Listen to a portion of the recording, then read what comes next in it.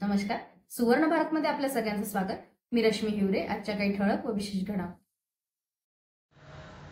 सिंदेवाहीत घरफोडी, पोलिसांचा तपास सुरू. सिंदेवाही शहरातील विद्याविहार कॉलनीत दिनांक 6 सप्टेंबर रोजी अज्ञात चोरांनी विशाल धनराज लायनकर यांच्या घरामध्ये चोरी केली.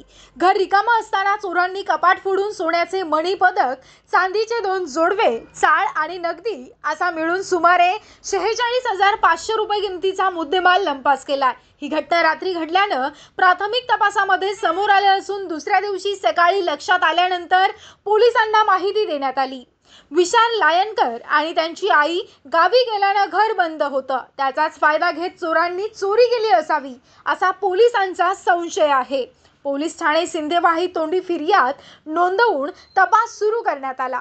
चोरीतील मुद्देमाल शोधण्यासाठी पोलीस पथक घटनास्थळी चौकशी करत आहेत. पोलीस निरीक्षक कांचन पांडे यांच्या मार्गदर्शनाखाली पीआय भूषण युवराज पाटील आणि त्यांच्या टीमनं तपासाची सूत्र हाती घेतली. परिसरातील नागरिकांमध्ये सुरक्षेच्या दृष्टीने चिंता व्यक्त केली जात असून पोलीस प्रशासनाने सर्वांना घरातील मौल्यवान वस्तू सांभाळण्याचं आणि सतर्क राहण्याचं आवाहन केलं आहे.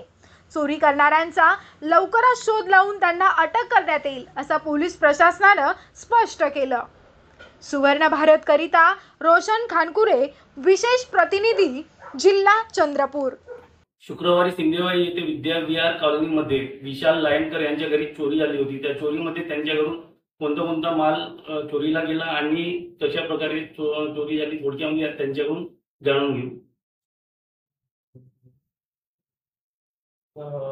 तेव्हा तसं सोनं, चांदी आणि रोकड होतं. एकूण 46,000 चोरीला गेला. चोरी झाली त्यावेळेस तुम्ही कुठं होते आणि घरी कोणी होते का? चोरी झाली त्यावेळेस मी बाहेरगावी गेलो आणि घरी कोणीच नव्हते. लॉकडाऊन होता घराला.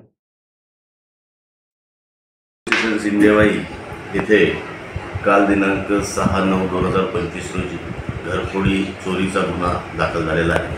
त्यातील फिर्यादी या विशाल धनराज लायनकर असून आरोपी अज्ञात आहेत आणि या घरफोडीमध्ये एकूण सोन्याचे, चांदीचे काही दागिने आणि 15,000 रुपये नगदी रक्कम या घरफोडीमध्ये चोरी गेलेली असून एकूण 46,500 रुपयाचा गुन्हा दाखल केलेला आहे आणि गुन्ह्याचा तपास पोलीस स्टेशन सिंदेवाही करत आहे.